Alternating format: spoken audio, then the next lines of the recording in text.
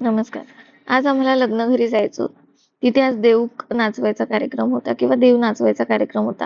सकाळी फटाफट असं नाश्ता करून घेतला आणि लग्न घरी पोहोचलो. तर देव जे होतं ते नुकतंच मंदिरावर जाऊन आलेलं होतं. तर याच्यामध्ये जे आपले देव असतात ते मंदिरात नेऊन तिथे मंदिरातल्या देवांची सुद्धा पूजा केली जाते आणि आपले देव असतात त्यांची सुद्धा पूजा केली जाते. नंतर घरी आल्यानंतर त्या जे लोक घेऊन गेलेले असतात त्यांची नजर काढून घेतली जाते आणि ते जे देव असतात त्यांना मस्त असं टोपलीमध्ये ठेवतात. टोपलीमध्ये ठेवल्यानंतर हे जे देव असतात तर घरातले लोक आणि आलेले नातेवाईक सगळेजण मिळून हे देव जे आहे ते छानपैकी नाचवतात.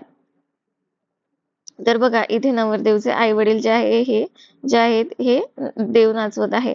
त्यानंतर हा जो नवरदेव आहे हा सुद्धा देव नाचवत आहे. बघा सगळेजण यावेळेस ओवाळणी टाकतात. आता ही जी ओवाळणी असते त्याच्याने देव जे आहेत हे वाढवले जातात आणि मग लगेच सगळ्या ज्या लेडीज होत्या त्यांनी सुद्धा थोडंसं नाचून घेतलं. आता जिथे लग्न होतं तिथेच प्रशांत त्यांच्या बाबांचं घर सुद्धा आहे. तर ते ओपन करून बघितलं. खूप दिवस झाले बंद होतं.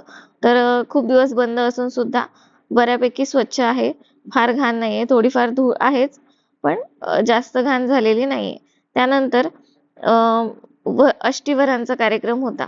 मग त्याच्यामध्ये 5 जोडपे जे आहे ते जेवायला बसवतात. त्यामध्ये एक धनगराचं जोडपं असतं आणि मग नवरदेवाने वारी मागायची असते. आता या वारीमध्ये सगळेजण आपापल्या ताटामधून एक-एक घास किंवा थोडं-थोडं जे आहे सगळे पदार्थ मिळून त्याचा वारी देतात आणि ही वारी जी आहे ती लंगडी घालून करायची असते. तर अशी ही प्रथा जी आहे ही तुमच्याकडे सुद्धा होते का? हे नक्की कमेंट करून सांगा. व्हिडिओ आवडला असेल तर व्हिडिओला लाईक करा, शेअर करा आणि सबस्क्राईब सुद्धा करा. भेटूया उद्या. बाय.